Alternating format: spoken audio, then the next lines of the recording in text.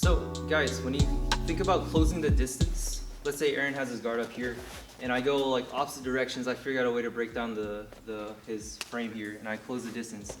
He naturally wants to create space on me, so when he does that, I need to figure out a way to reestablish that clinch.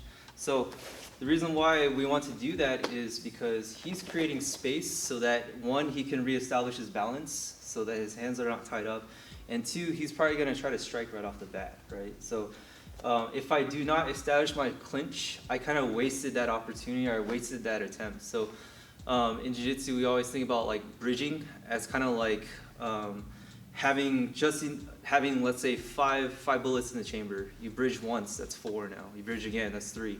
You don't have unlimited bridges. It takes so much energy. In a confrontation, you have that one.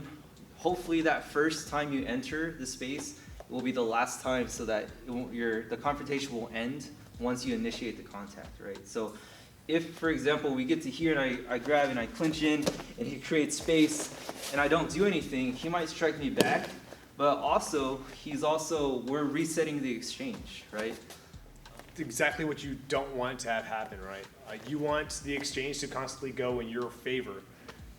You don't want to be having a new exchange happen every single time, right? You kind of want it to be like, we always use the analogies of water and like rivers and stuff like that. You want it to keep flowing as much as possible, right? So I don't want to create stop gaps like in between my techniques. So if I'm here and I get to this clinch and he starts pushing away from me, then I'm not going to keep on trying to maintain something I can no longer maintain, right? I'm going to dump that, look for something else, and then get to another place where I can get an anchor, where I can drive and strike.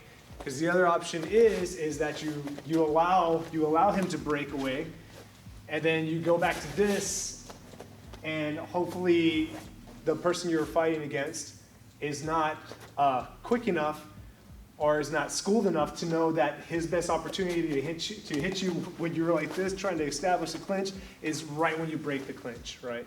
Because your hands are super occupied, right? And as learning both a striking and a grappling art, karate, you want to be able to do both at the same time. So don't get overly fixated on maintaining a grip where a grip cannot be maintained.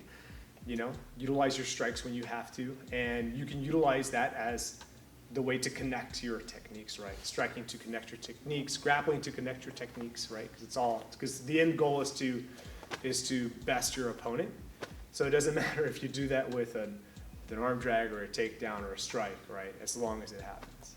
Yeah, our sensei always said you write your own story in the fight. So that doesn't mean it's an exchange. It's not a conversation when you're attacked, right? It's not, let me do something, he's going to do something, let me respond to that, he's going to do something. It's, I will do whatever I can and do everything in my power to continue to dominate the exchange every single time something happens. So, and that's where it's kind of cool, because then if you think about, I was telling Gabe about this, if you think about your body as a vessel, that all its own purpose is to take over the center of gravity of the other person, that's where you get to manipulate them with things beyond just your hands. Because as a human being, you're thinking, I grab things with my hands, right? I kick things with my feet.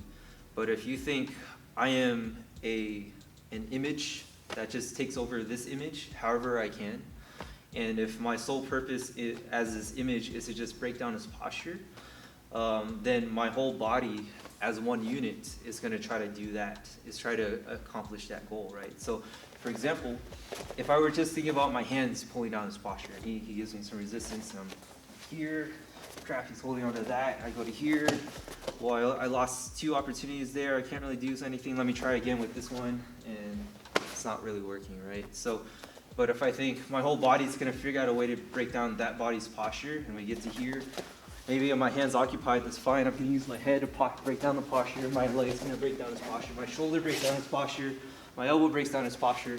So the whole water analogy works because the water finds the path of least resistance, but the water's goal is always just to get from point A to point B, right? So having that singular focus in combat, and of course in a self-defense altercation, the focus is to survive, right?